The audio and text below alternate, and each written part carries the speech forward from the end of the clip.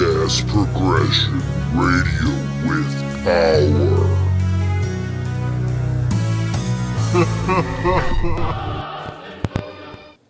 What is going on, people, and welcome to the PowerKast Progression, radio with power. Today we have my buddy Jaylein with us.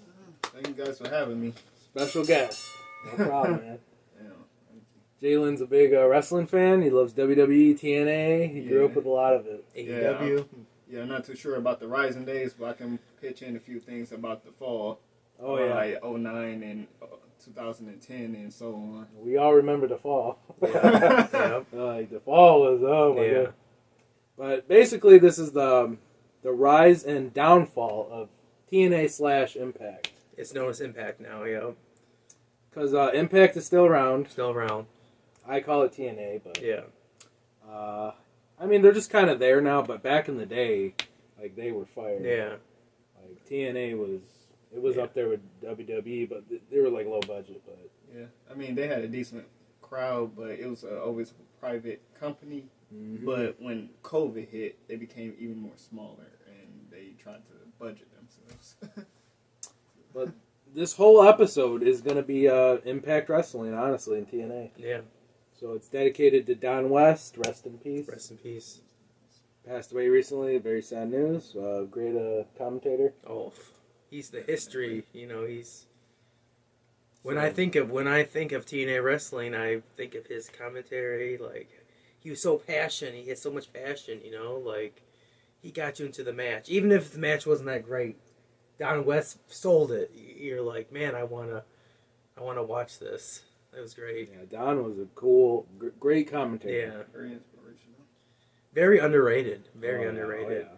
Especially during like the 04 days, 05. Yeah. So we're gonna hand it to Mark first. He knows. I mean, I know a decent amount about TNA. Jaylein knows a decent amount, but I think Mark, you probably know the most Yeah. because you were more in the TNA. Oh than yeah. Anybody, honestly. Yeah. I mean, I started watching around like 06, 07, Yeah. but we're gonna hand it to Mark. Let's talk about the rise. You know, Yeah. the beginning years. Well, yeah. TNA was established in 2002, 2002. and they started out actually on a weekly pay-per-view. So once a week, you would pay like $10. You got to watch a full episode of wrestling. So that's how it started. So because they didn't have a time slot, they didn't have a chance. You know, they weren't on Spike TV. So like This was on yeah. pay-per-view? Yeah, it was.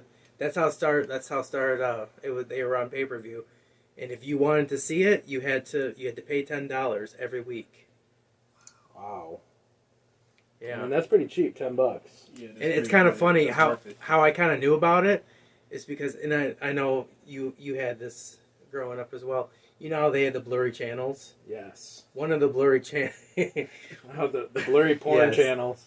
One of the blurry channels happened to be TNA Wrestling, and I would tune into it just to, and you could hear Don West going crazy. I remember they had a casket match, and it sounded like it was off the hook. Like, I'm like, man, this is really cool. A casket match in TNA. Yeah, They're doing Undertaker shit. Yeah, yeah. It was a random. It was just a random. Like, it wasn't like two people that would usually do a casket match. But Okay. Impact, TNA, they were wild. They just did whatever. You know, like, The first idea I thought about was Abyss when you said that. yeah. This was before. Yeah, it would make sense Abyss being in that match, but it was, like I said, it was two random people that usually wouldn't be involved in the casket match. So you discovered it on the blurry channel. Yeah, yeah. Randomly. Yep, that's how. Did you even know what TNA was? You're like, what the fuck is this? I remember them talking about it, and then I kind of you know, I did my research, and I'm like, okay. And then eventually they end up coming to Fox Sports Net I remember that. for a half an hour.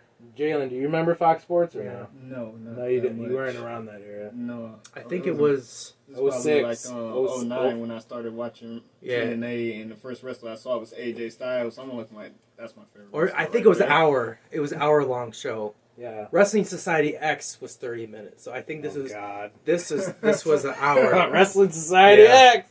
Awesomely bad. I actually own. You remember that? Yeah. Did you ever see Wrestling Society X? I think No, No. I never It was on saw it. MTV. I never knew that. it even came out. existed. It came out in 2007.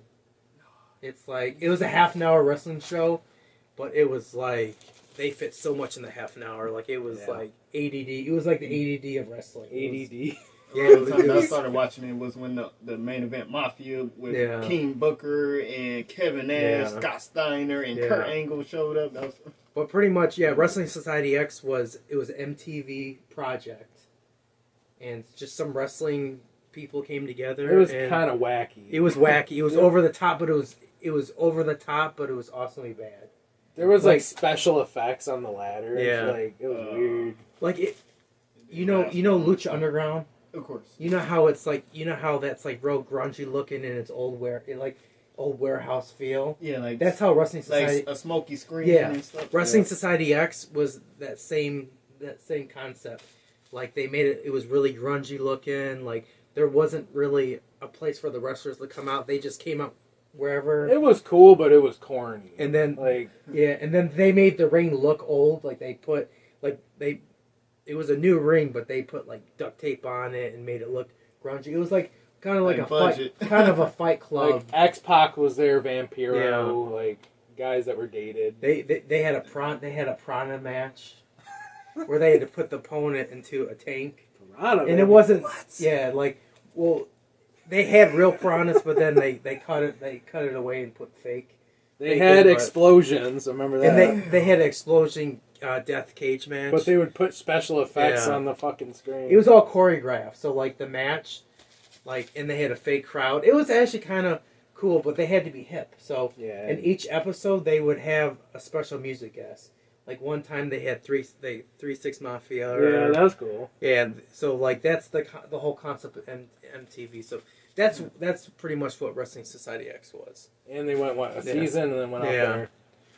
But to get back into TNA wrestling, Fox Sports Net. yeah, Fox Sports So Net. I do remember this. This was 05-06. That's when I really discovered it. Like I said, I knew about it when it was on the blurry pay-per-view channel, but when I really said, man, I'm hooked, and I liked it, was Fox Sports Net, because that was so good. Here's my problem though. It would be on at like 2 o'clock. Do you remember that? 2 o'clock. It came on right after when I got home from school. See, I missed it. I didn't get home Yeah. to school till 3 o'clock. So I would miss it a lot. I would have to record it on fucking VHS. Yeah. I don't remember. I kind of forgot what time it was, but I remember No, it was like coming home from school and watching it. I would always miss it. I didn't like the time slot. Yep. And then after that, 2004 was their first 3-hour pay-per-view. And that was Victory Road. And that was a great pay-per-view. And from there, they and then eventually they got that Spike TV deal. Well, let's go back to the Fox Sports. Yeah. Though. We'll go to that. But I remember Jeff Hardy there on Yeah. Fox Sports Net. I'm like, dude, Jeff Hardy. I was like, dude, Yeah. this is where Jeff Hardy went? Because he disappeared. In Yeah, that was WWE. their biggest. I remember. Yeah. Because he quit or he got fired or whatever Yeah. for the drugs or whatever he was doing. And I was all hyped. I'm like, dude, Jeff Hardy. But, that's all I knew was Jeff Hardy. I didn't know who the fuck Beer Money Yeah. was or, AJ. I didn't know any of the dudes. But I remember they had the 6-sided ring. Yeah. Now, were you around during the 6-sided era? Of course, the Octagon. Yeah. Did you like it? It was pretty good. It was interesting. Something new Something different. that made them Yeah. unique. Yeah. That was their one real unique thing was they had the 6-sided ring. Yeah. And it was all about the X division. I didn't know how I felt about it. I'm like, I don't know, 6-sided. Yeah. I always thought it was cool, but it was small. And I Yeah. felt like it could have been bigger. I always felt like it was too small, Yeah. but over time I grew to appreciate the 6-side, Right. And they were all about the cruiserweights. That's what made them special. You got to see X Division, cruiserweight style matches. But that's the most I remember of the Fox Sports era. Yeah. It was an hour, 6-sided ring, alternative to WWE. And actually, something to go back, I forgot, I just remembered something. In the beginning, it actually was known as 2002. I think it lasted to. I think NWA TNA. it was NWA TNA. NWA, baby. That's what they were in the beginning, and they had the NWA belt. Yeah. For a little bit, and then eventually they dropped it and they had their own belt. I forgot. Because remember when Christian Cage, he came to them. Yes, and he was the NWA champion. But eventually, like I said, eventually they dropped it and they had their own belt. You know, so Now, I do remember seeing commercials on TV, though. Like, when I was watching WWE, sometimes I would see TNA commercials with Hogan and Sting. I'm like, dude, Sting? Like, this is where he went? Because I remember that, the commercials. Like, order TNA now for 20, whatever, $10. Yeah. Because Sting was on the commercials, Hogan. yeah, Sting was there. I grew up watching WCW, so I always wondered what happened to Sting. So that kind of hyped me up for it. I'm like, dude, I gotta watch this, you know? Yeah, Hulk Hogan was there. He was there in the very beginning, and obviously he came later. You know, once Eric Bischoff. Right. But he was there. He was there in the very beginning. He was actually there. There was a program with him and Jeff Jarrett, and they were in Japan, and Jeff Jarrett actually hit Hulk Hogan over the head with a guitar. So cool. I think they had like a match or two, but that's like the very early TNA. That's during the pay-per-view days. Mid-2000 era. Yeah, Alright. the weekly pay-per-views where you have to pay $10. So now let's get to the Spike TV era. I mean, that was pretty much it, right? Yeah. For the beginning, the start of it. You know what I'm saying? Now let's get to the Spike TV era. So Spike TV was a channel, was kind of like... The man's channel. It was a man's channel, basically. Yeah. You remember Spike TV? Yeah. Well, it was TNN. It was TNN, and Yeah. Yeah. Originally it was TNN, and then it transformed into Yeah. Spike TV. The channel for men. The First network for men. The first network for men. That's what it was When called. it was good. Like, Yeah. didn't they have like Fear Factor? Yeah. Shows like that on it? Fear Factor, or Stripperella, and Joe Schmo Show, a bunch of crazy shit. Yeah. So, what's your first memories of the Spike TV era, you guys? Well, actually, So this was like 07, 08, right? Spike Well- TV era. It was like 07, I remember. I'm trying to remember. It was like 07 they started on Spike TV. Yeah. I remember because I was getting bored of WWE then. You might be right. Fucking seeing John Cena all the time. The last thing I can really remember was AJ Styles versus Matt Morgan, the #1 contender match, where the winner would fight Kurt Angle for the championship. When Angle first went there? Yes, I the remember earlier that. days with the main event Mafia, he was in charge with the suit. Okay. Yeah, because then the main event, you had Steiner, Sting, And that was Booker. Booker T. Yep. Yeah, that was awesome. I went to Bound for Glory when it was in Detroit at Plymouth, and I saw Kurt Angle live, and that was really cool. I would say personally one of my favorite moments, and it was just such a shocker, was Kurt Angle coming over to TNA Wrestling. I thought that was amazing. Like, you remember that? With Yes. Samoan Joe. I remember that because he ditched. That He was on ECW on Yeah. Sci-Fi. He's like, "Fuck this."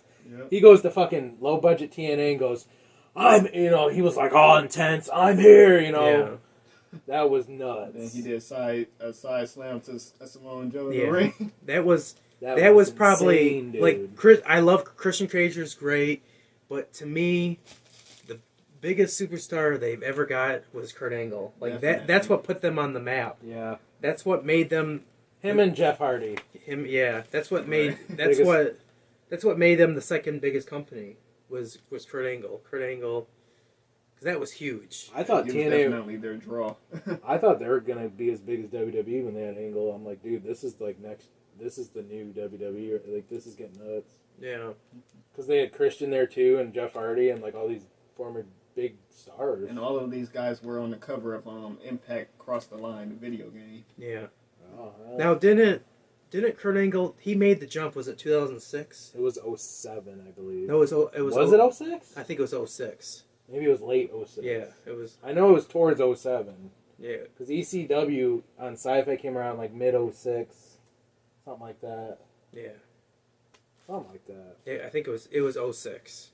Because I think that's when I went to Bound for Glory. It was what, 17 years ago, something. Wow, Yeah. we're getting old, It's guys. crazy. Yeah. We're all getting Yeah. old. Yeah. And to me, I think that was one of their biggest moments, and that's what led to them getting on Spike TV was having Kurt Angle, and then Well, they were already on Spike when they got Angle, though. no, well he came in 06. I swear, it was already on Spike because I remember. Let me look. Actually, let me look it up. We gotta look at our facts, you guys. Yeah. Gotta get these facts down. Like, yeah, you guys were wrong. You don't know what the hell you're talking about. Let's look it up right now. I swear. But yeah, you guys can continue talking. But Kurt Angle, one of my favorite wrestlers ever. Do you love Kurt Angle? Of course. I fucking love Angle. Like him and Joe had a great feud. But I really liked Christian Cage as well in TNA. Did you like Christian Cage? Christian? Definitely, he was. It was different seeing him alone because everyone always think of Edge when they see Christian and. Well, Cage. Tomko was with him, right? He came in with Tomko, I think. Tomko was like his bodyguard. Because Tomko was with him in WWE during like 05.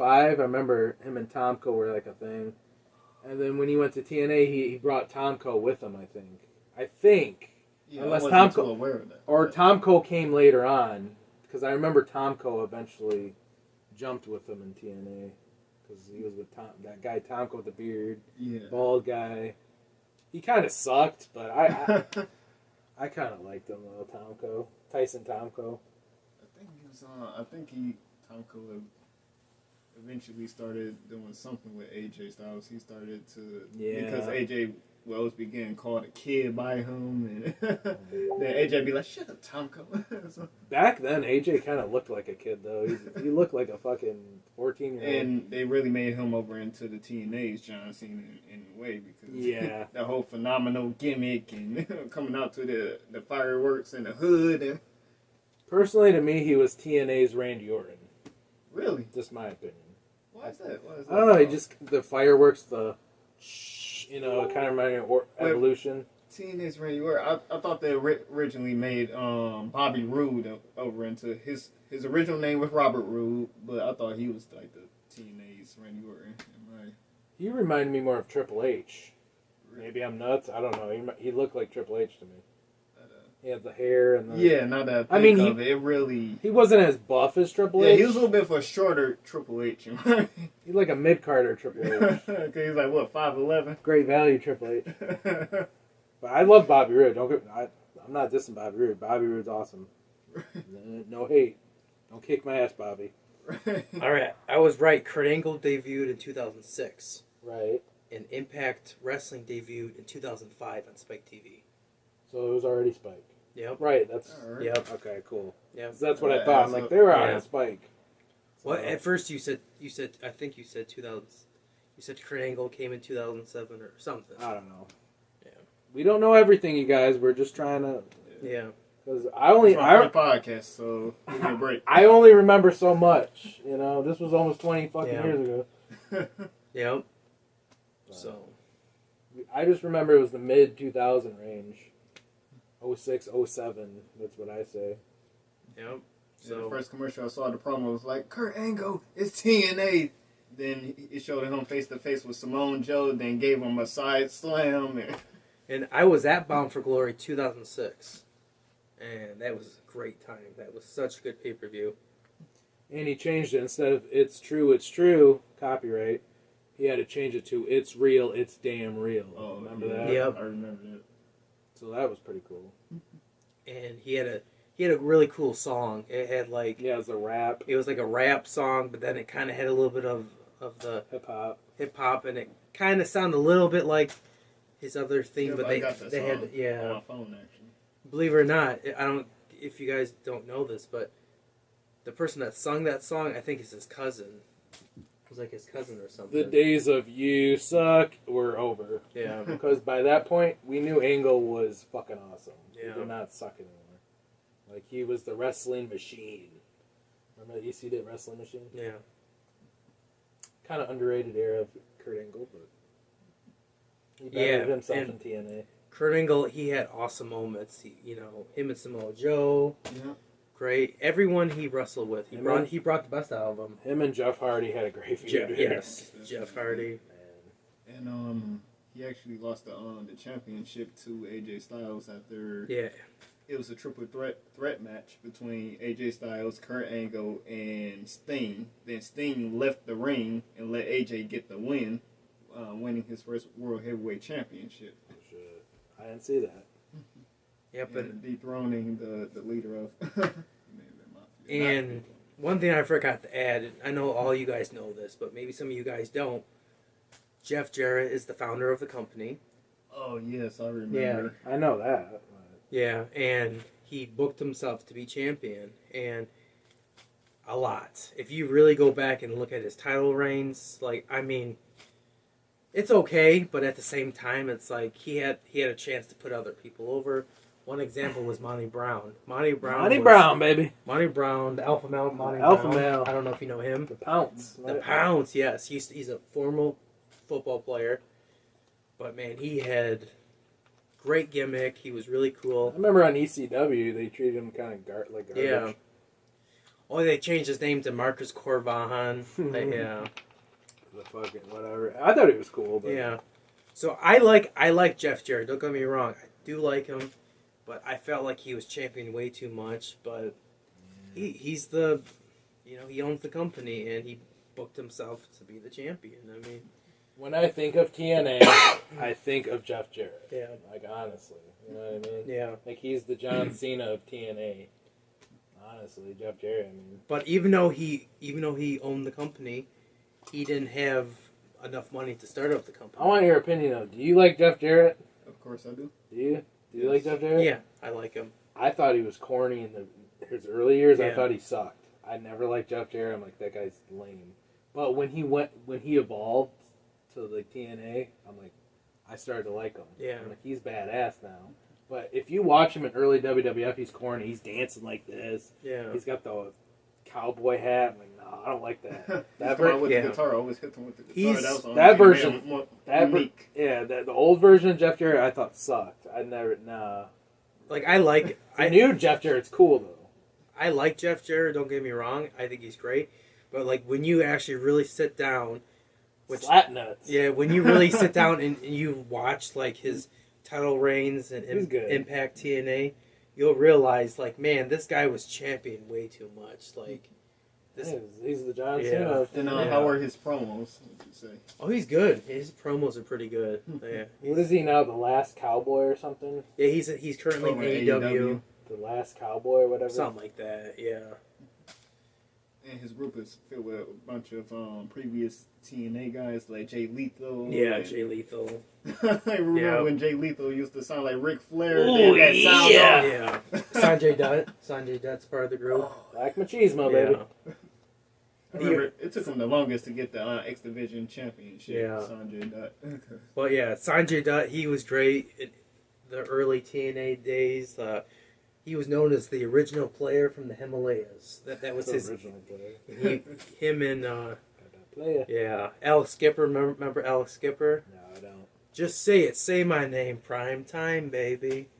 No, he's I part. remember that. No, he's part of one of the biggest. Say my name. He's part of one of the biggest moments in TNA wrestling. Alex Skipper. It's lethal lock. It's locked down, and they have the cage, and he's up on the top of the cage, and he's like balancing, and then like he he turns into her Karana, and then he like flips the guy into the ring. You never seen that moment? No. One of the craziest moments. And Don West is like, "You gotta be kidding me!" Like such. Gotta be kidding me! That was like, I think that was like 2005 around there. So. Well, I didn't watch a lot of it until 06, Yeah. 07. So 2004, 2005, somewhere around there. About like 08 and up from there. Yeah. For me. Yeah, I watched all the early years of it. my thing is, I got bored of WWE in like 07, so I started trying to find new wrestling to watch, and TNA was kind of there. Yeah. So I just started watching it And more. that's when I started watching WWE 2007, Right. WrestleMania 23, The Undertaker versus Batista. And Because we're all different ages here. Like Jaylen's younger than us. Yeah. Mark's older than me. Yep. And I'm kind of in the middle or whatever. Yeah. Whatever. I don't know what. Yeah, we a little bit of everything. We're all different eras, so that's what's I cool. came into like the end of the Ruthless Aggression era into the Right. PG era. So. Yeah. Looking back now, the PG era was actually pretty good compared to today, honestly. Yeah. Like, Yes. back then, I didn't care for it, but now that I look back, I'm like, dude, this era was fucking good compared to what we got now. You The know, reality era. Yeah, They call it whatever. The Yeah. reality now. the CM Punk crybaby baby era. Like, Yeah. In he 2011, he came out and gave that big pipe bomb. It was pretty. He was spitting facts about Oh, yeah. how the company is going. Yeah. It'd be better when Vince is gone and when he gives it to his son-in-law and his daughter. So now let's rewind back to the Kurt Angle. Yeah. So now let's get more into like 08, 09, 2010, 2011. Yeah. Those- Yeah. Now those these are the I'm years I familiar with. really remembered the best. Yeah. Right? Yep.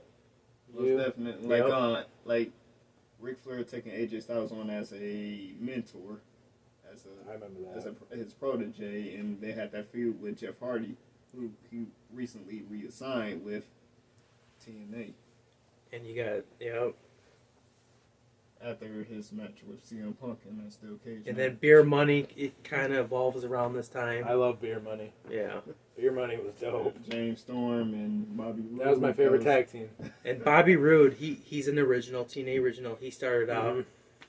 And James Storm is What about original as well. What about the Motor City Machine Guns? I Love believe that those. was their name. Chris Sabin and Alex Shelley. From They used Detroit, to baby. come out and And so you got, I don't know if you guys all know this, but so James Storm was there from the very beginning, and he was part of a tag team called America's Most Wanted I heard with that. Chris Harris Yep. I know that. and Robert Roode, Bobby Roode.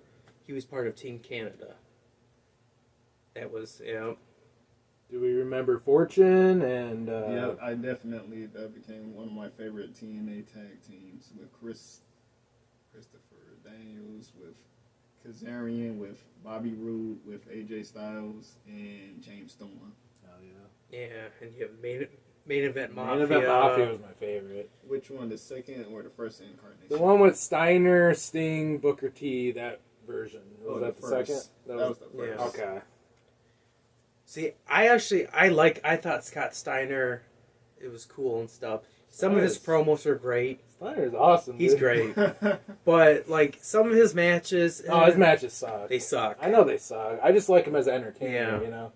I'm the big bad I booty remember. daddy.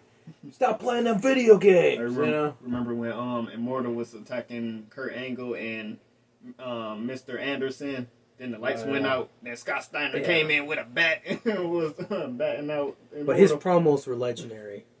That was another big signing because I remember Mr. Kennedy was big in WWE, and when he went to as Mr. Anderson, that was a big signing. That was cool. Did you know that John Cena was the one that got Mr. Kennedy kicked out of WWE because he didn't like wrestling with him, and he got a bunch of other people behind him to get Yeah. him fired. And that's when he went over to. And Randy didn't like him either. I think Randy Orton didn't like him either. I'm not sure. I never saw them fight. Yeah. Well, he admits he's an asshole. That's his whole. I'm an asshole. I remember hearing something about Randy didn't like him either or something like that. That's very believable with the way he fights. Yeah. I thought he was a great wrestler, though. He did the move where he puts him on the back on the top rope and flips. That was Yeah. cool. And he had the microphone. That was Yeah, some, like Howard Finkel. yeah, like no one else did that. You know what I mean? Mr. Canada. No one else did that. Like, who else did that shit? Nobody. The problem I have with this, this time, like 2007, 2008 and up, is like, it was cool. Don't get me wrong, but I felt like we were signing too much WWE talent. Yeah, Like, they had every ex-WWE guy ever. yeah, like they signed Booker T, Kevin Nash, they They brought had WCW. Scott Holland. WCW Yeah, guys. Jeff Hardy. Yeah, Jeff Hardy actually worked because he kind of like Jeff Hardy was great. yeah. Matt Hardy, RVD. RVD was awesome when he came. Yeah. I loved Art. Once, The whole effing show. Oh, yes. That was dope. And then, like I said, once Eric Bischoff and Hulk Hogan came in, to me, that's where, like, things kind of, like... Oh, God. They were getting away from what they were. They were all about the X Division. But the X Division was just kind of thrown to the side. And it wasn't even a big deal anymore. Like, that was, to me, was one of the cool things. Is, like, the X Division was the main event. Like, you know, it was a big deal. And that was about no limits. You could be any size. You could be, you know, as long as you can go in the ring. Well, when Hogan comes in, he gets rid of the six-sided ring, Yeah. which pissed a lot of people off. Yeah. Because that was the whole uniqueness about TNA, six-side. Hogan says he compared it to a playground. He's like, this isn't a playground. And he didn't like the six-side crap. Hogan was a boomer, you know? Yeah.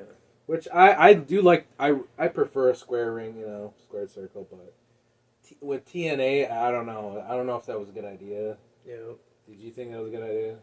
It was something that was pretty unique and special.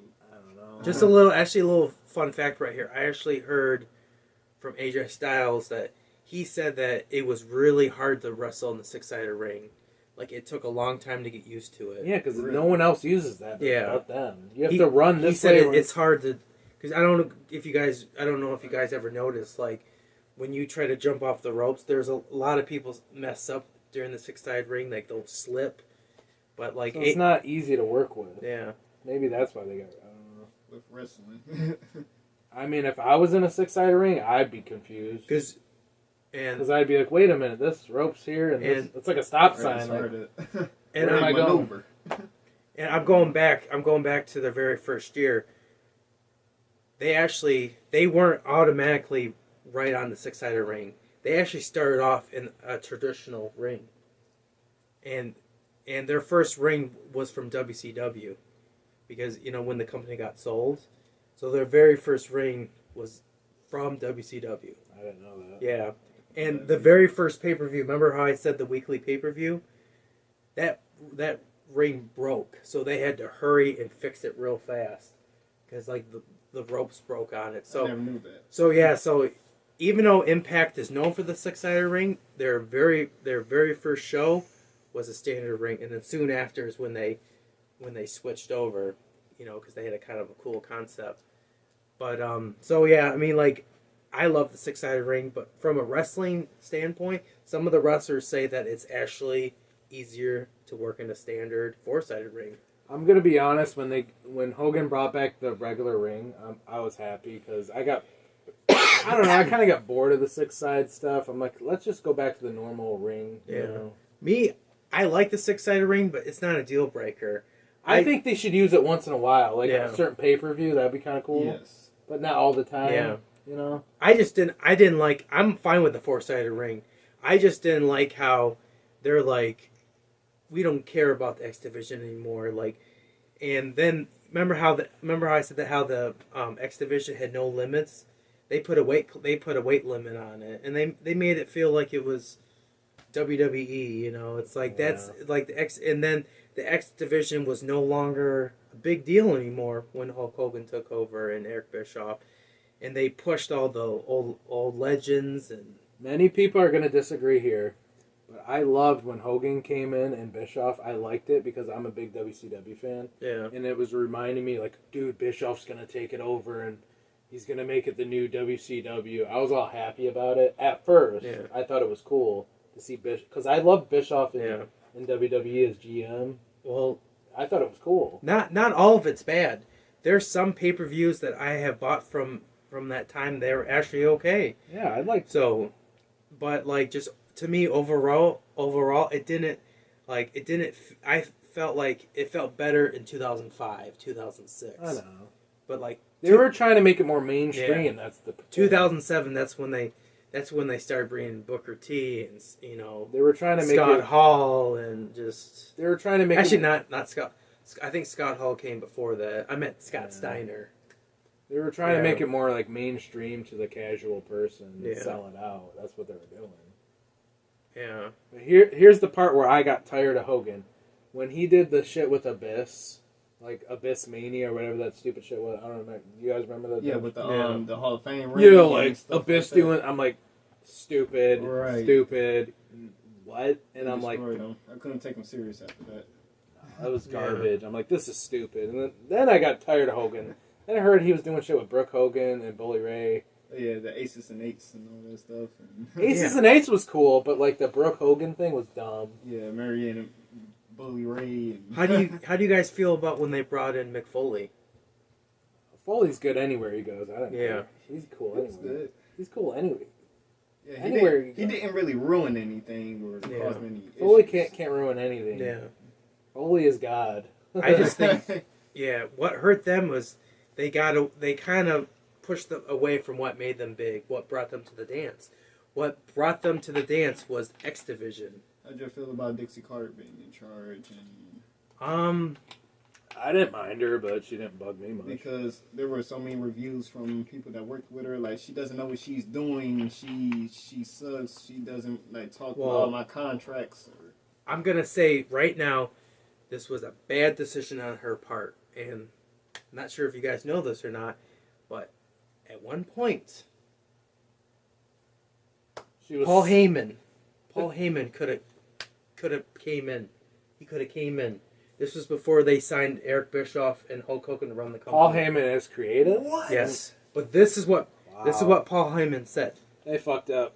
Paul Heyman said that if I come in, you have to give me full control, and he said anyone, I'm not going to hire any of these old timers. He said anyone that's over 40, get the fuck out of this company.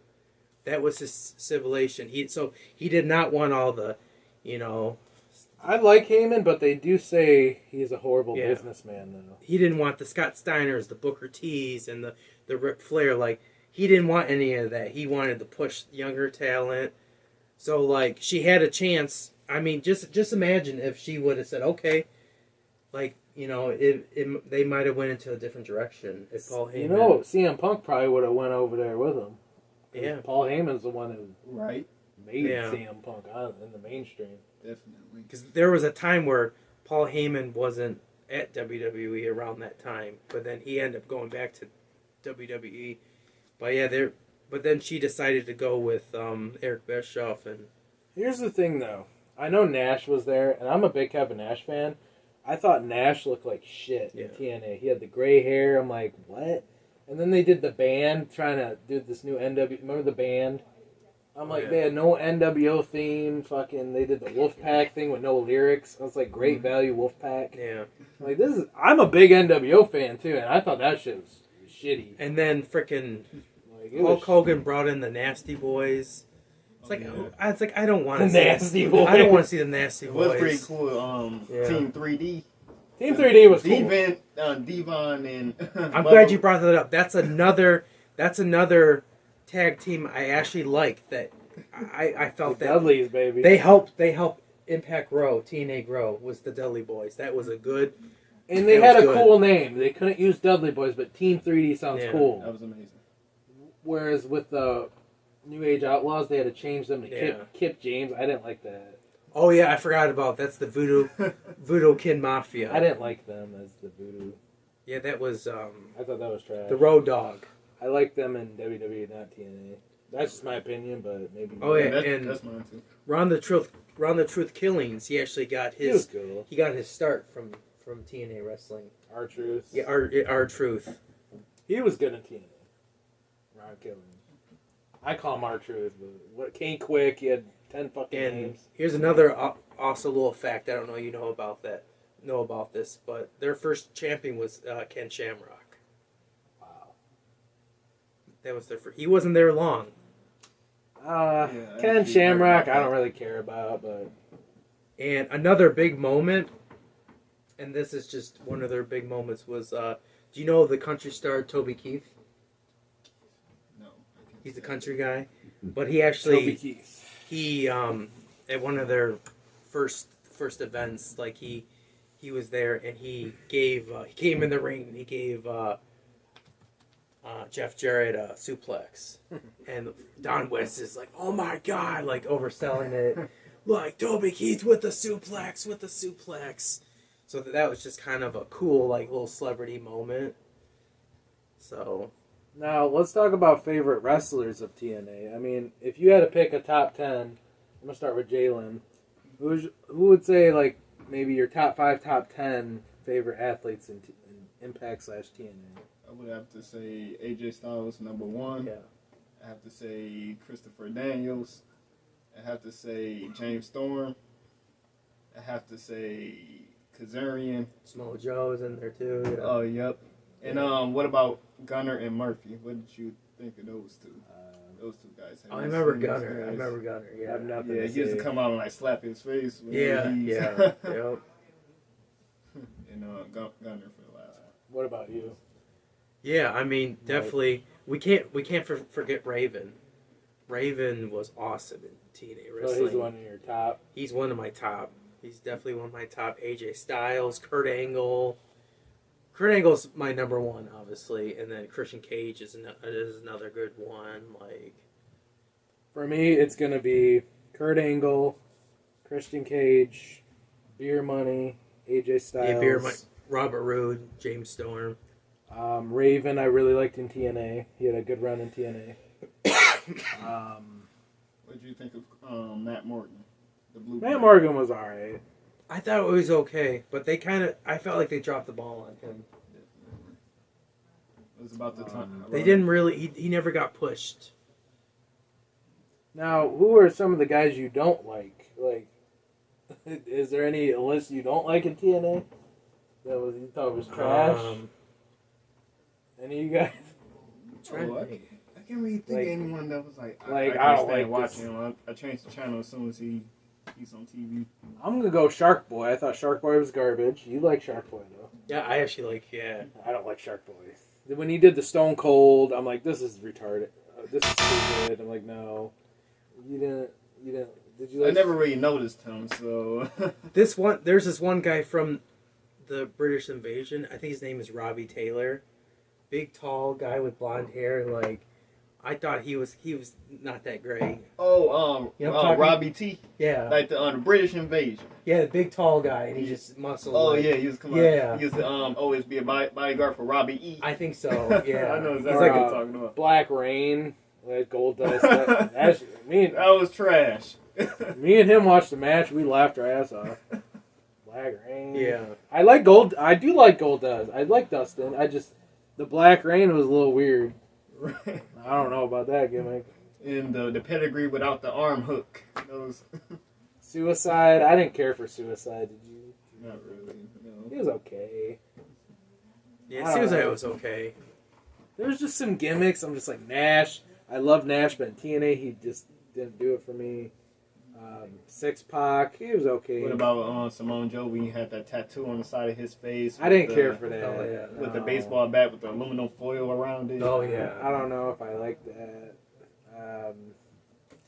I don't know. There's some guys But, I didn't. Moose. I know some people like Moose right now. I don't like. Don't care. Oh, for Moose.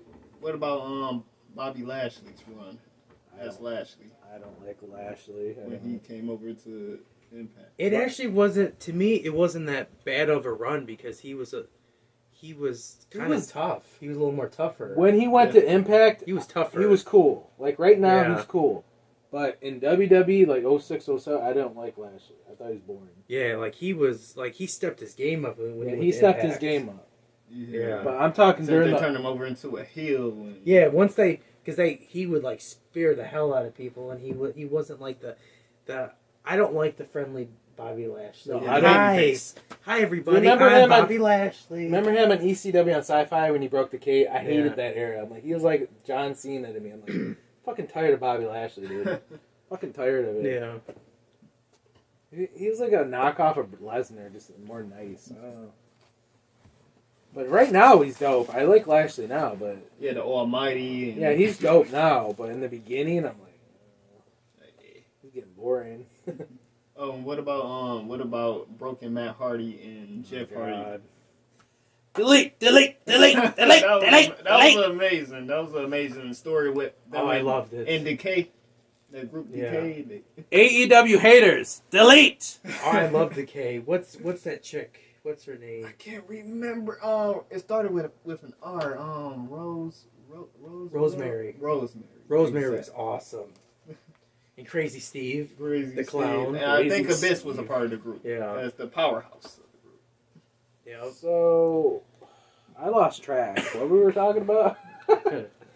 Yeah, just jumped over to the Broken Matt Hardy. Oh, and Broken Jeff Matt Hardy Hardy. story. And what about Willow the Wisp? I mean, Yeah. that little gimmick. Here's the thing: when they did the Broken Matt Hardy, they were on we have to talk about this because after the Spike TV era, they went to like Destination America. They lost their deal with Spike TV, Yeah. and then Spike TV I think went out of business or something.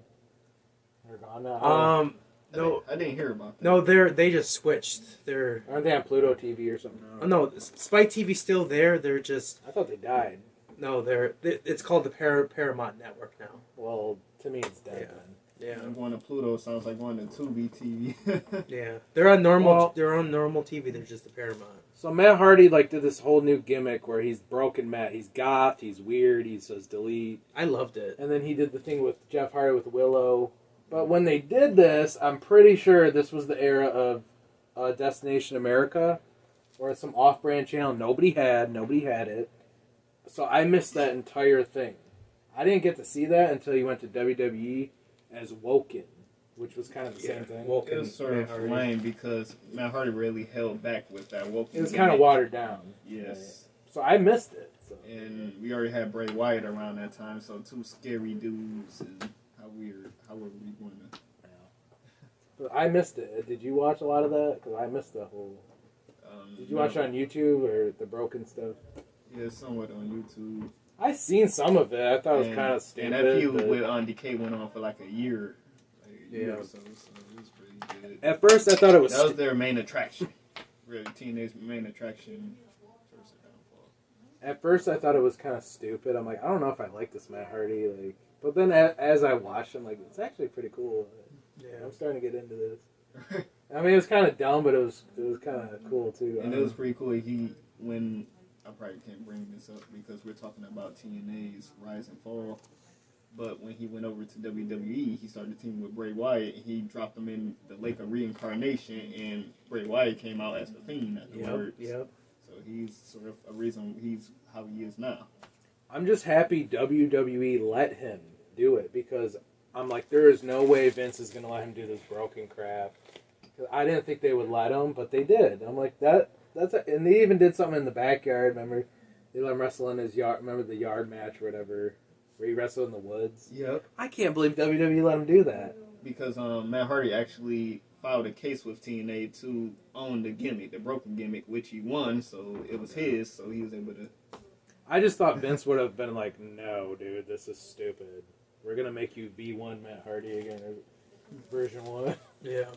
It sort of ruined him because he went back to his original, So his extreme Matt Hardy gimmick, even though he wasn't really jumping off ropes anymore and stuff. Yeah. I just want to touch on something really quick. I'm going back to the Eric Bischoff. go back there. Yeah, I want to go back there real quick, but like one of the things I thought was dumb of them is they actually wanted to compete. They thought they were ready to compete with WWE. Yeah, didn't they go on Monday nights? Yeah, they went on Monday nights. Oh, the war. They did it bi-weekly. We're going to do it bi-weekly every other Monday, and they got destroyed in the ratings. And that's when they had your Ric Flair and all just Woo! I don't was Ric Flair or no I think he might have came after that, but they had some of the old timers there, and it's just. And what about when Eric Bishop was trying to convert his son Garrett Bishop Yes. over into a wrestler when he was originally a referee? Yeah, like that was just too much. It was getting really wild. Like the last really good storyline I remember was Antichrist Jeff Hardy, and which I really liked. and during that time they weren't even pushing their X division, so it's like it literally just felt like WCW 2.0. But low budget. Yeah. No money. That was the best feud. Immortal Yeah. versus Fortune 4, and Bully Ray took AJ Styles and broke his neck through a table. Now, what are your some favorite pay-per-views? growing up, I didn't really have money for pay-per-views, but I watched a few of them. Did you? Yeah. From TNA, it was probably Bound for Glory. I love Bound for Glory. Which one, though? What year? 2005 I really like. That's a good one. 2006 because that was in It was Detroit. probably 2010 for me because this was around the time that Christopher Daniels was in a feud with AJ Styles, trying to prove that he's better than AJ and ruining his matches. Now, wasn't Bound for Glory like their WrestleMania? Yes. I always thought Slammiversary was, but maybe No. I'm wrong. Slammiversary, that's like their SummerSlam. Yeah. That's My favorite is Hardcore Justice 2010.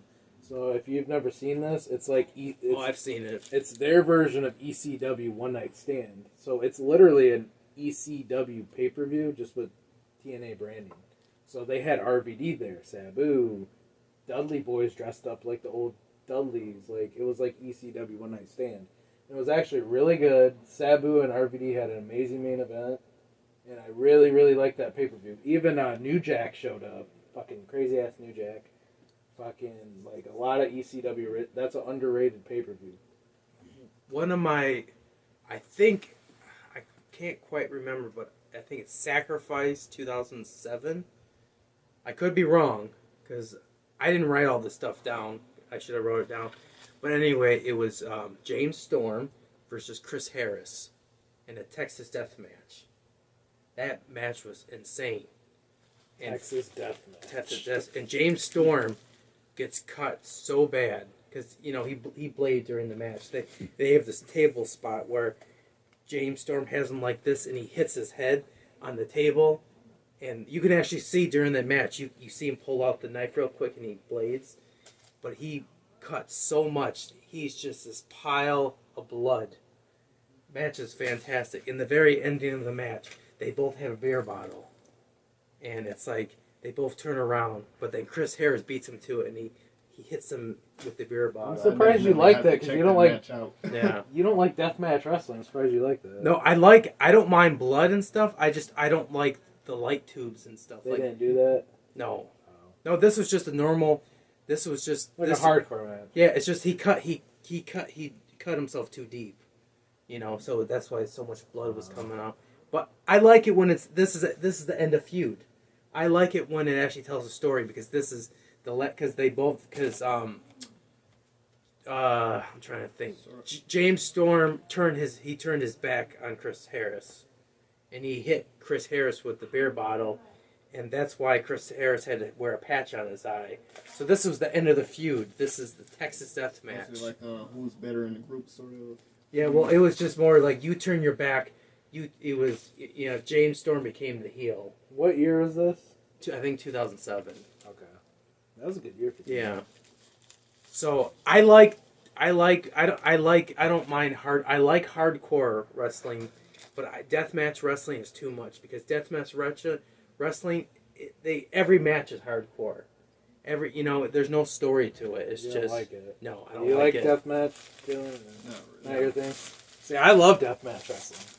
That's where we're different. You like the light tubes and all that? Yes, I love hate it. Moxley and John Mox, all that. I like it. Yeah. Not all the time, but I do like it. Yeah. Yeah, but glass tables all the time, I hate it. I don't If like it's a good match, I don't care. I don't like it. For a while, wasn't Dusty Rhodes in TNA? Yes. Yeah, For a Dusty while, was in. and I remember his match with the rope. What was that match called? The rope and the cow. Bell. Is it a cowbell match? Cowbell match. I can't remember. It was. Dude, even Macho Man was in TNA for a Yeah. minute. Macho Man. DDP was there for a second. Bull rope match or something like that. Yep, that Something like sounds familiar. Yeah. Val Venus came there. China for a minute. Oh yeah, to help Kurt Angle against Jeff Jarrett and Karen Jarrett. I love all Mick Foley's classic matches.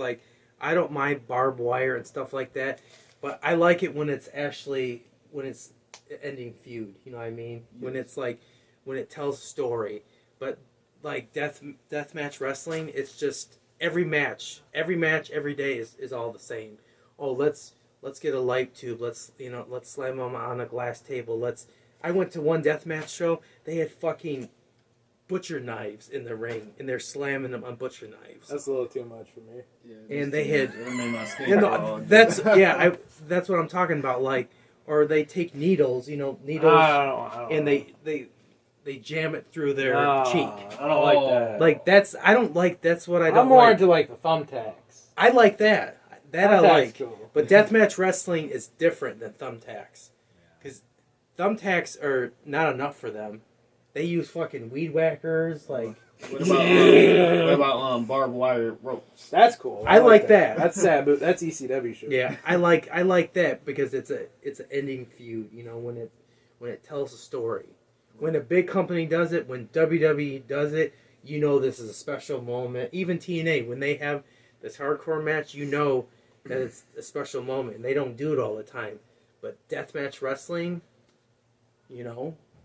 I don't know. I kind of, if it's a good match, I mean, I'll like. That's just like how I am. ECW. I don't. That's not deathmatch wrestling. That's just hardcore. I like hardcore. Right, Your chairs, your tables. CCW. Now that's deathmatch wrestling. CZW. I don't like that. Combat Zone Wrestling. I don't like that. It just sounds shitty. Combat Zone. No hate. I don't watch CZ. It's no hate. I'm just saying that I don't. It's not for me. I respect people that like it, but like I said, I don't want to see people get chopped up with weed whackers and all that. Like it's not appealing to me in light tubes. And Nick Gage is their god. Their deathmatch wrestling god. I'm not into that. And It's not for everybody. I've been to a deathmatch show. I went to it like once, and You're like, it's nah, not for me. not for me. Light tubes go flying everywhere, and that's dangerous. Like that you don't want to breathe that in. Like that can cause cancer, and no. And like I said, when I saw that butcher knife, they had butcher knives in the ring. I'm like, nah, this is not for me. And you should not be getting slammed in a butcher knife. Imagine getting choked into a bunch of broken bottle glass. And then they had one guy which I know some matches do it, and that's okay. But this is a normal thing for them. But is the staple gun. My thing is, I'll watch it here and there, but I don't want to watch it every match. Yeah. And one guy I'll watch it. Though. One guy was walking around, and he had freaking $20 bills, $5 bills, and he stapled it, and he's walking around. Okay, I've all seen that. blood. I actually like I've some of never seen that. that. Some of it's I've seen that in TNA. I think someone did that. Or ECW. I don't mind that. I don't mind when it's actually part of a feud. Dudley Boys did that, Yeah. though. And fucking... Didn't they do that on One Night Stand, the staple gun? Yeah. I'm pretty sure Dudley's did Yeah. that. But when you're doing it every night just to get a cheap pop, it gets old. Yeah. So, that's, I like wrestling with a story that when it makes sense. Not just, yeah, dude, let's have a light tube match every day and slam each other. Let's die today. Yeah. Let's get the weed whacker today, man. Hit me with the freaking brick. I've seen some CCW stuff where they're slamming each other on bricks. It's how is this guy not dead?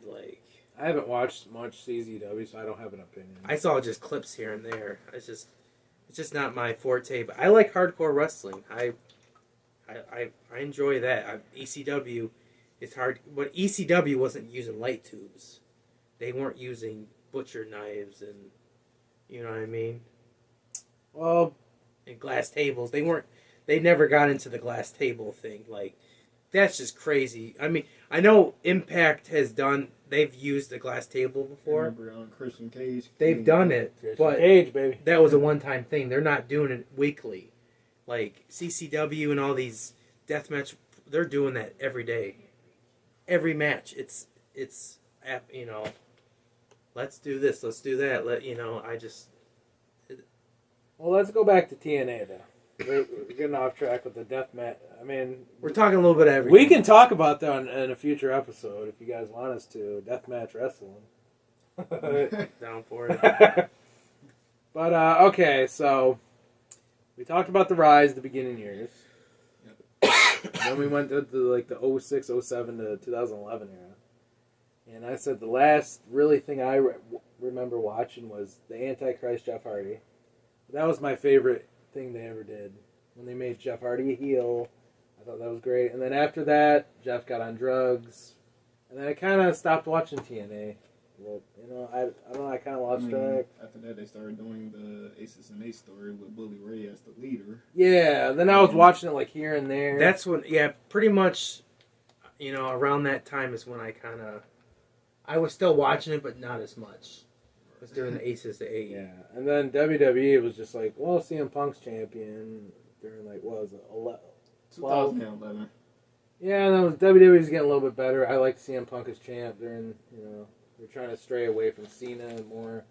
All right, and then I started watching the pay-per-views more, WWE stuff. Yeah, Brock Lesnar returned to WWE.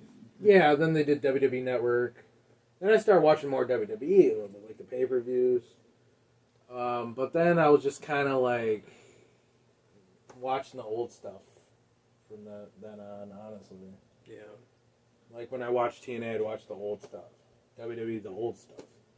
And then, I don't know. It wasn't until AEW came around I started watching it wrestling more again. Honestly. And then eventually, I don't have the years and stuff, so I can't provide that, but I know eventually what happened was Dixie Carter, she had to sell. She had to sell the company. She only owned 5% of TNA. Yeah. I don't know anything about the Dixie Carter thing. It confuses me every time I hear about it. AJ Styles came out one day and dropped a pipe bomb, telling her like, "Hey, you brought all these guys to TNA for them to just get a check and leave. What happened to the X Division superstars like Low Key and so on?" Yeah, because a lot of people say Dixie ruined the company. TNA was good, and Dixie ruined it. Then I hear Hogan ruined it. Bischoff ruined it. I'm like, I don't know who the fuck ruined it. I just know I don't know. I say it's Dixie Carter because she had no previous wrestling experience or anything to go on. And AJ Styles took the championship and started defending it in different companies like New Japan. The last thing I cared about, like I said, was Jeff Hardy, the Antichrist, and RVD. I thought that was cool. RVD was feuding with Sting for a minute. I was like, no way, they're going to... But then they never did a feud. I don't know what happened. Sting won the championship from Jeff Hardy. Yeah, and Jeff was drunk. And Dixie Carter, and whatever. She made a big mistake because AJ Styles' contract was up, and they low-blowed him. They gave him a low amount. And he said, "Screw this." He said, "I'm gonna go. That's the best decision I'm gonna go he's wrestle made. around the world." And because they offered him like, I think it was like $40,000 or $50,000. It was a low. It was a very low. And he was their main attraction. Yeah. He was their John Cena. And that pissed him off. That's just my opinion. Yeah, I don't blame him. And he said, "Screw you." And then he ended up going to Japan and stuff, and now he's one of the top paying superstars. You know what I mean? He makes one of the most. He's got one of the biggest contracts out there. When I think of TNA, I think the guy's in his 40s, and he recently just injured himself, but he's been healthy all of his broken career. ankle. He'll be right back. TNA did a lot of gimmicky shit. Am I wrong? They had like a lot of gimmicky matches. What was the one with the X? What was it? Yeah.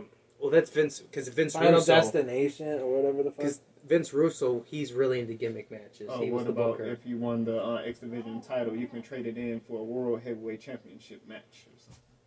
Yeah. And like they had the red cage or whatever that was, and it was like they did a lot of gimmicky shit. And what about Gut Check? I don't know. It was almost like King of the Mountain. It was almost like TNA was different, but it was too different. You know what I'm saying? Yeah. Like for the casual consumer, like what? King of the Mountain, I actually enjoyed it. It was the opposite of you going up the ladder to grab the title. You had to put it up. You know what I'm talking about? Yeah. So you had to climb up the ladder. So the belt you had to climb up and put the belt back on instead of you grabbing it. Right. So that was there. And it was a little bit. I didn't really like the Feast or Fire match. Yeah. Well, let's talk about the women's division. We haven't talked about that. What did you Karma. Karma? Yes. She was very dominant. Yeah, she was their she was like their Awesome Kong? Gail yes. Kim. Yeah. Oh, sorry. Over in WWE, her name was Karma, but over in TNA, her name was Awesome Kong. Yeah, Awesome Kong was great. She was the best woman they had there, honestly. Yes. She was like the Dominant. top. Who else did you say? Madison Rain. Madison Rain was great. Velvet Sky. Yep. Oh, the beautiful people. And Angelina Love. Winter. Yeah. A little bit. She was only around for a little bit. My favorite was Velvet Sky. The Trish. Gail Kim. She was the Trish of TNA. Yeah. Gail Kim, yeah. Victoria. Yeah. What I forgot what her Impact name was. It's not coming. Victoria was good in TNA. Tori. Terry. Yeah. Tara. Tara. Okay. That's it. Tara. Right. She was good in She was TNA. good. And with the motorcycle. Yeah. She would have been better with Stevie Richards, though. That would have been cool. All the things she said running through my head. Where's that? We needed that song. ODB. DB. Oh, yeah, I can't forget about ODB. Yeah, she was great. Oh, she was funny. Just come out with the bottle of the flask in her Yeah. chest. Dude, she was the Stone Cold of the woman. Yeah, I think Jacqueline teamed up with her for a Oh yeah, while. Jacqueline came. So, in TNA, they were the knockouts. They weren't the divas. They were the knockout division. Yep. Oh, hardcore country. Yes. James. Mickey James. She was great in TNA. Yeah. But I'm not a big woman wrestler fan. I'm not, but a lot of people like it. You're And- more of a woman fan than that. Yeah, I like it all. And I don't mind it. It's just not my favorite thing to. and Jordan Grace, she's like she's a girl that's over there right now. She's pretty good. Oh, I heard about her. Yeah. She's like strong and stuff. They kind of she's like they say she's the Scott Steiner of the women's division. I respect the women. Yeah. I respect That's them. cool. It's just they don't wrestle like the dudes, in my opinion. They're not rough like the guys. I want to see a rough match. Whereas the Yeah, women, like their punches look a little weak. they don't sometimes. wrestle like the dudes. No diss to the women. I respect them. It's Of just course, man. when it comes to wrestling, I want to see the dudes beat the crap out of each other. That's just me. But I like it all, though. I mean, I'll watch it. Some of the women can be shitty, though. I'm like, And- this match sucks. Remember Daphne from WCW? Yeah. She was in TNA wrestling, Okay. and she passed away. Rest in peace. I saw her live. Slammiversary 2009 came to the Palace, and they had no business being there because it was pathetic. They couldn't even sell out. They weren't even close to selling out that crowd. Like, I don't know why they thought they could book that arena and make money. Like they literally lost money. It was don't get me wrong, it was fun, but that crowd was so dead. My problem with TNA, like, did they ever travel? Like, they were just always in Florida at the Impact Zone. Like, why didn't they? No, travel? they did. They did start traveling. Yeah, but on TV, it was always at the fucking Impact Zone. They don't Yeah. never come over to Michigan. That's what I didn't like about them. Well, their pay-per-views were. I was just at. yeah, a few but of I them. always want to go to Impact, and I couldn't. 'Cause Yeah. I don't live in fucking Florida. Yeah, Impact traveled It's a little fucking bit, low budget, dude. but yeah. I always wanted to go to the. It looked cool. Like, I want to go to the Impact Zone. Like, how much does the Palace hold? What is it, like 16,000, 17,000? At best.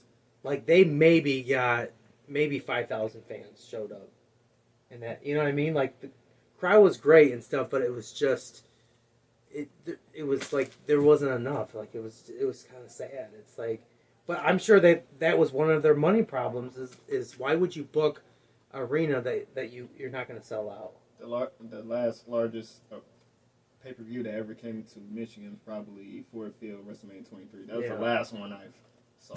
Yeah. So you went to TNA Live or you haven't? No, I have not. They So never you came have- over to Michigan. Yep. You have, though. I went to a Never- TNA house show. Yeah, I went to I almost went What- once, but I What never year went. was this? If you the TNA house show. Yes. I think it was like 2006. After that, it didn't Yeah. make any more appearances in Michigan. And then I went to Bound for Glory 2006, and then Slammiversary came in 2009 to the Palace. I think one of my cousins went. I almost went, but they didn't invite me. What the hell? And then I'm like, what the fuck? a few years ago, they came to the Diamondback Saloon in Belleville, Michigan, and I went to. That's during the Impact wrestling years. Like that was actually a live show, but like a small crowd, not a great budget anymore. It was fun, but You know, I think I'm gonna say this right now. I think a big part of why TNA was getting more popular, because during 06, 07, a lot of people are getting tired of WWE and the same old crap. Remember this era? Yeah. Cena winning every week, and then people wanted an alternative. And TNA, they might have not have had the money like WWE, but it was something else to watch. That's what I liked about TNA. Yeah. It was a choice. We had a choice. Because we haven't had that since WCW, ECW. And it was a little more edgier, too. It was edgier, too. It was more about wrestling, not sports entertainment. Yeah. You know? That's why I think a lot of people started watching more TNA. That's why I did. I was getting bored of John Cena every fucking week. And Impact Wrestling right now is actually, they're pretty good. I mean, they're on a way lower, scale now. Well, okay, so after was it Destination America? I think that was the channel they went to. After that, the deal didn't work out or something. So now they're on Access TV, AXS or something. Access? And they're on Access now, which is actually a better channel. Access is good. I like it. It's like a music channel. They're on Twitch as well. Aren't they on Twitch? They're on Twitch, and they have a channel on Pluto TV that plays all old Impact all day, 24 hours. For free on an app called Pluto TV. Check it out. And they're still good and stuff. It's just that they do pay-per-views and nightclubs. Like, it's just, they have really downscaled their nightclub. Yeah, but they had to. That was the only way they could survive. Was they had to be more of a small indie company. And don't they have a deal with that Mexican wrestling company? I AAA. believe. Yes. I think they do. They might have a partnership. It's not AAA. It's AAA. Yeah. But yeah, they're basically on Access now. It's like a music channel. It looks more like a low budget house show, which is kind of sad. They do have a lot of talent there. I watched a couple of years ago. I used to watch it every week when RVD was there. Pretty cool. But RVD was cool. Yeah, he was doing some male porn gimmick. I don't know what he was doing. Well, he pretty much has two girls. Yeah, he's got two chicks. He's dating RVD's. He's got his wife, and then his wife has a girlfriend, but then they all sleep together. Yeah, lucky bastard. He's a G. Wow. He's a G. He's a gangster. But I feel like TNA, Impact now, it's just called Impact. It's just kind of there. Like, AEW, WWE, they're up here, New Japan, Ring of Honor, and all that. Yeah. And Impact's just kind of like... It's more like just a development territory now. They're just there. Yeah, they're just there. It's a shell. Yeah. Of what it used to be. They still, they have great wrestling, and they have some rhinos there now, and... They're just there to kind of get a paycheck, though, probably, and just leave, because they ain't got nowhere else to go. Like someone was retiring from Impact Wrestling, and there was a really small crowd of people on the stage, only like 10 people. Like, it's kind of like you're just there for a job. Yeah. Like, oh, it's money.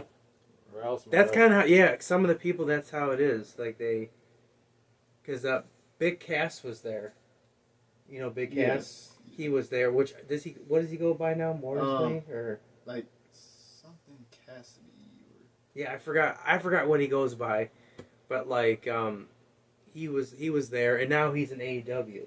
So literally, he was just I think he was just there to kind of like show companies that he still has it, and he's doing so much better for himself. And a lot of people, that's what they kind of just go to Impact to get feelers out there for other companies, like. Here's the thing. I don't hate Impact now. It's not like I'm like Impact's garbage. Some people hate on TNA like it's a joke. No, like TNA's cool. Impact's cool. It's just there.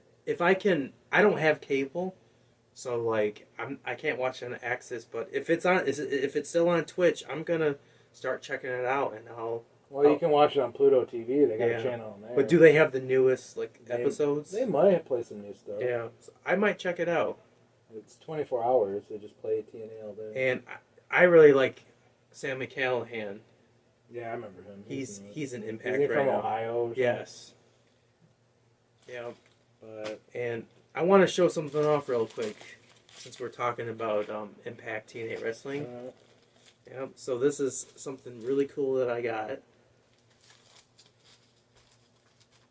and this is in memory of Don West. Got this from eBay.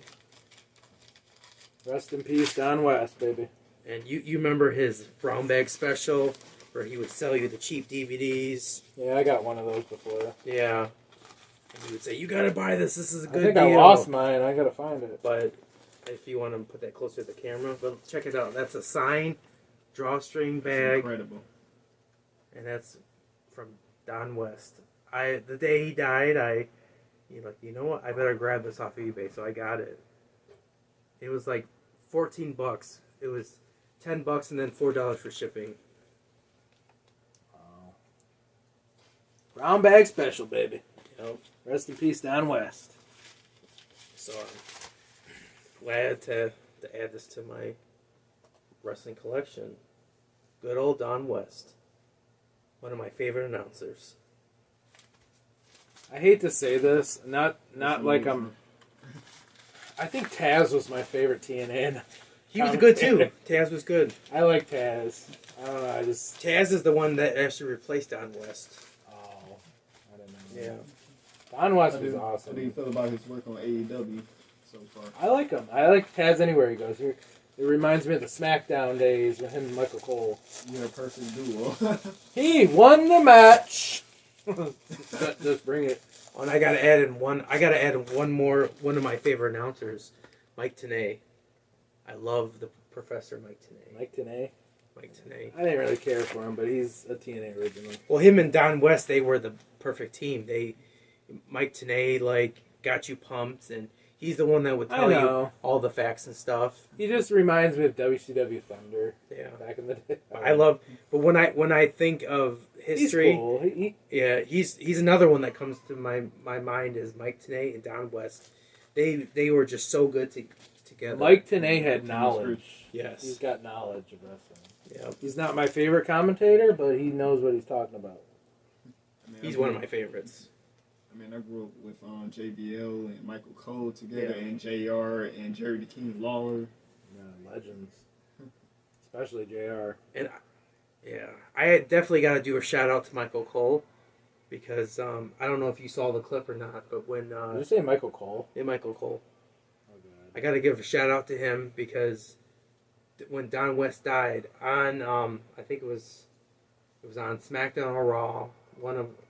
Is he on SmackDown or Raw? Yes, SmackDown. I don't even pay attention anymore. Yeah, So it was on SmackDown, but I just saw the clip online.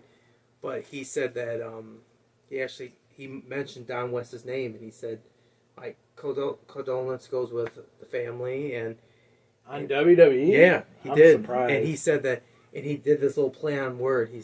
He said like he made a big impact on the wrestling world, and I thought that was real classy of him to mention Don cool. West. I don't like Michael Cole at all. Yeah, but that's cool. But I gotta give him credit. Like that was cool that he actually on air he mentioned Don West and he said he was a great announcer.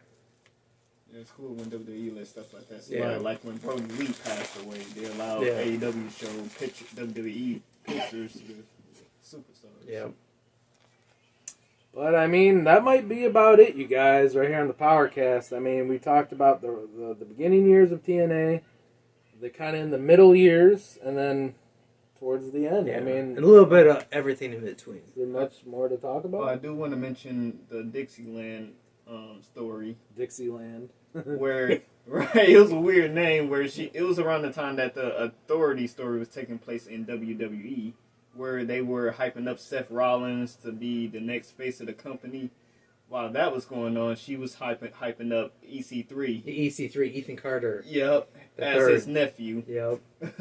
EC3. And Rockstar Spud. Yep. He was around during that I don't time. remember any of that shit. Which isn't he back in he's in WWE? No, he got fired Or again. did they fire him? They fired him due to multiple budget times. cuts. Yeah. They brought him back, fired him a couple And times. gave him a smaller contract. Yeah. Yep. I mean, that's about it, though. I mean, Yeah. in the end, I'm going to say TNA, I liked it. I feel like it was underappreciated. Now people are looking back like, wow, TNA was actually really fucking cool. At the time, people didn't appreciate it enough. Yeah. But now that it's still there, but it kind of feels like it's almost dead. Yeah. Even though it's still kind of there. Like the old days. To me, it'll never be the same. Like I have a huge TNA wrestling DVD collection, but I don't have any of the new stuff because I just How'd haven't. How'd you feel about their video games that they tried? Oh, the Impact video Release. game. They actually had a video game, surprisingly. Yeah. Even though they were low budget, they got a game. Yeah. It was pretty shitty, but Disappointing. it was alright. It was okay. Yeah, disappointing. But it's still fun that they had it, but it could have been so much better. Yeah, I remember the controls or something were shitty or something. Yeah. Graphically, it looked Horrible playing it on PSP, PlayStation Portable. Yeah. But at least, it's cool they got a game though. Yeah. But it was TNA was underappreciated, but looking back now, you can still watch it on apps and YouTube and like, wow, you know, check it out. You know, it's actually a really good company. They were cool. There was something different. Did you guys have a favorite TNA belt? Favorite belt? Yes. Belt design. Probably the X Division of the world title. Okay, what'd you think of the Jeff Hardy belt? I looked too girly. Yeah. I love Jeff Hardy. It looked girly, bro. I didn't like his belt. Yeah, really? It looked too girly. It was purple and shit. Yeah, It fit him. With a maroon strap. Yeah. It fit him though, so I'm like, whatever. He was trying to be like the Cena, like his own belt. They have a current belt right now, which is actually kind of it's called the social media belt. Because you know how they used to have Social media. yeah, because you know how like companies used to say this is the television title, Yeah. but now it's people don't really watch television all that much, so now it's like. So I thought that's kind of interesting to call it the social media I title. think Zack Ryder had a belt like that over in WWE. Yeah. But yeah, I'm gonna say if I had to rate TNA like the whole year ever of TNA up until now, like if I had to rate it as a company, I'd say as a company throughout the entire year span and all that, all the matches, I would say they're like a solid 8 out of 10. Like as a company, they were like an 8. Yeah.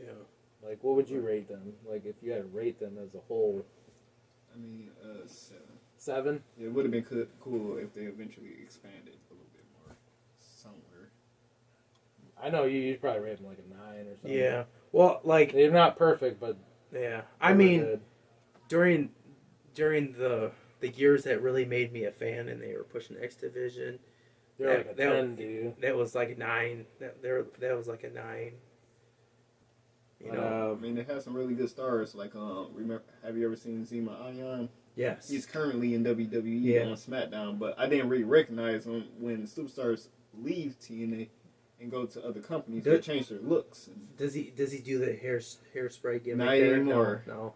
no, he's actually more Hairspray. bulkier now. Yeah. More cut up now. Because in Impact Wrestling, he would always come out with the hairspray, Yeah, the afro. and he would use it in the match, spray people. But TNA really helped people like John Morrison. Yeah. That was low card. Like and Zack Ryder. Yeah. That didn't really get many championship matches. Yeah. Or, John Morrison actually got the world title. yep. Right. Yeah, he beat Austin Aries. But when he went back to WWE, he was like Yeah. right where he left off. Yep. With Miz, then he left. Yep. Johnny Impact. Yeah, he's known as Johnny. Christian Impact. was better. Christian was better in TNA as well. Christian had a better run. Yeah, Christian did. Like he was good in WWE, but he was even better in TNA. He was top star. Phenomenal. Main event, Yeah, in WWE, he was just doing that one more match thing. mid card shit. And he wanted to retire like Edge did with Yeah. the title, but they never gave it to him. Yeah. TNA, I'm gonna like looking back, like they were good. And Sting was better. His run was way better in TNA.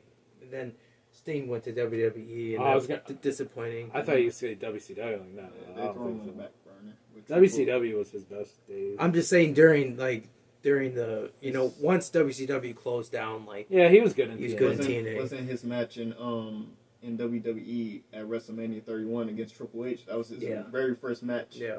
under the WWE banner. And then he fought Seth Rollins, and Seth Rollins injured him. Yeah. But he's doing great in AEW. I really With like Darby out. Great. Darby Allin. Yeah. Allen. Yep, Darby Allin. Allin. Yep. Sorry. Yeah.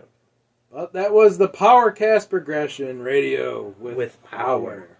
This was the TNA Rise, and we're not going to call it the fall because they're still around. Yeah. But the downfall. The downfall. Not to hate on them now, but they're kind of Yeah. just there. Yep.